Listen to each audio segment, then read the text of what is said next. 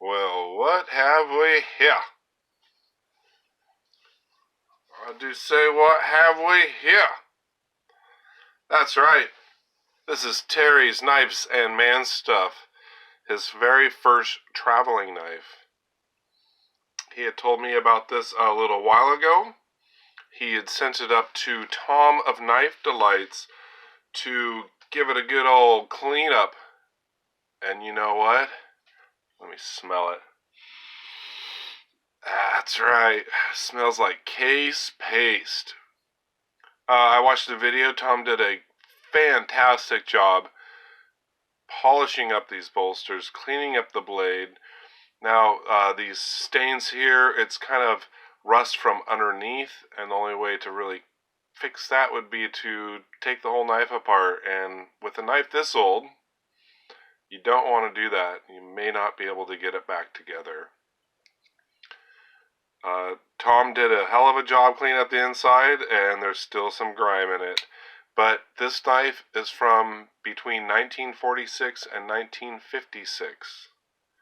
This is an Imperial fish knife made in the USA. Let's see if I can get that tang stamp on there. Imperial.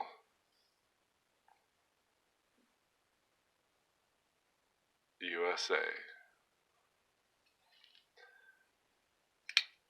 Very cool knife. Very old knife. I think Terry picked this up for a song. Got a great deal on it. It has great snappability. No gaps in the back spring. This is a cracked crystal. Or excuse me, cracked ice. I like to call it cracked crystal for some reason. And it has some yellow to it. I'm wondering if this was originally just pearly white. I'm not sure if it just got some yellow over time. Sometimes that can happen to synthetics and plastics. So anyways, he sent it up to Tom and Knife Delights. Tom did a smashing job cleaning this up. The smell of case paste. And sent it off to Sarah Dinnan. Now, Sarah does leatherworks now. Obviously, a lot of you already know, watching Happy Hour live chat, this is her custom sheath she made for this knife. Or, I'm sorry, slip. It's almost as big as a sheath, because it's a big knife. Fantastic job on it. The leather is great quality. The knife fits absolutely perfect. She has this really nice leather lanyard. She threw on a couple of really cool green beads and this nice little metal, shiny metal piece like a lure. Really good quality. Now, she just started recently. You can see she has the handmade stamp right here. I was hoping she could get some sort of stamp to signify that she made it, but this isn't my deal. Very nice slip. I did lube it up a little bit. It was a little dry, not bad, just for its journeys. Great quality. Really nice. She does a great job. You can find her on Instagram. I know she's been making things like Zippo covers. She's done a lot of work recently. If you don't know, she is married to Jerry, Big J's Knives. And so Big J did a review of this and then sent it off to me. So this knife has pretty much just begun its journey. And I feel so honored to be a part of it. It is a very cool knife. It is probably 20 or more years older than I am. And granted, I'm not that old, but I'm going to be 50 in May, so this knife's bordering on 70 years old, but if it was from 46, that's a lot older. So, there's my shout-outs. Let's get these out of the way here. Great work, Sarah, though. Fantastic. You are going to be taking on the scene real quick here. Love the quality of leather. Love the color. Great stitching. Just a beautiful handmade piece. Get a maker's mark. Get something like this. I don't know if you can use it. I think there is already an SD. I think I saw on Instagram and it wasn't used, so I don't know if you can use that as a maker's mark, or why not just make it your own. Just a suggestion. We all want to know. I mean, the world knows that you made this now, but we all want to know, from J.O. to you to Randy, Georgia Adventures, his leather work, and many others like Whose is Whose. And it makes it unique, having your own maker's mark. So, this is some sort of stainless. Maybe not. I have no idea. I've already showed this blade. It is a fish knife.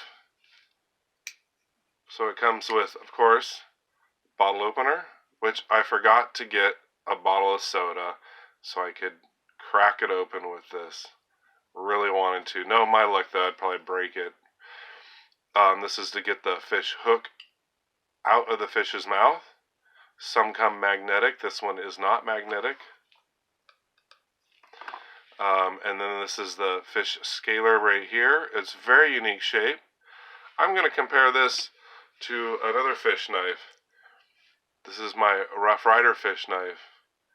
It is black bone, copper bolsters, copper liners. So let's compare the blades here. Got the bottle opener. I have my magnetic. It actually is magnetic. You kind of see, let's see if I can pull it across. It's not a strong magnet, but you see the tip is magnetic for getting fish hooks out of the mouth. This scaler looks a lot different, and it actually is pretty sharp. Like, you could probably cut through some bone with this. And like this, you could too. And it has a little bit of measuring on there, like inches. I don't know who would measure a 3.5 inch fish, but you got it. I really like the look of this Imperial. It's pretty cool. And if you look at these knives, they're almost exactly the same shape and same length. This one does come with a fish hook sharpener right there, which is kind of unique instead of a badge.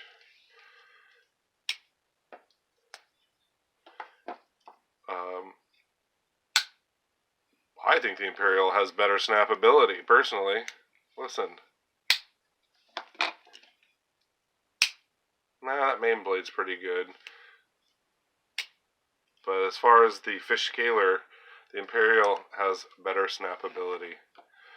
Let's compare the blades here. Now I'm getting on to 8.5 minutes. Very different. The nail nick on the Rough Rider is up front. This is a long pull back here. You can see very different blade shape.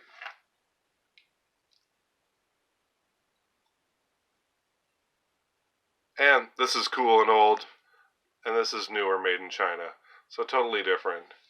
But I just wanted to compare, the fish knives. It's a pattern that's been around. It looks a lot like a large toothpick. And almost exactly, I don't have a large toothpick to compare. I have a small one, but that wouldn't be really fair. And obviously it comes with like the fish scaler. Great snappability on this. Terry, I really appreciate you sending this to me. It's, like I said, a great honor. And this is the 5th traveling knife I've gotten. I've gotten 4 in, I think, the last month. And I just kind of am overwhelmed. I really like the cracked ice. It's too bad there's some stains in there, but it gives it some patina. Like, as much as Tom polished up the bolsters and everything, It does have some history. Like Terry said, the stories it could tell. So, obviously the blade's not totally centered. It's an old knife. It doesn't really matter. Careful if it's in there and you're moving the blade left to right. I can hear it's touching the tip in there. So, something to be noted. But very nice knife. It is not that sharp. I don't have any good stones to really put another edge on there. I tried ceramic rod and stropping, but it's going to need more help than that. But it is kind of dull, so no point in doing a paper test.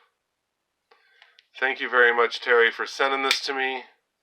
Thank you, Tom, for shining this up and making it like new. It's going off to another awesome member of the community, and if you don't already know, well, I'm not going to tell you. I want it to be a surprise, but word may have gotten out who gets it next. Hopefully it will be a surprise. Very cool knife. I love anything old and the stories this could tell. Thank you guys for watching so much. Greatly appreciated. And I will be sending this knife on its journeys within a couple of days here. Have a great Sunday.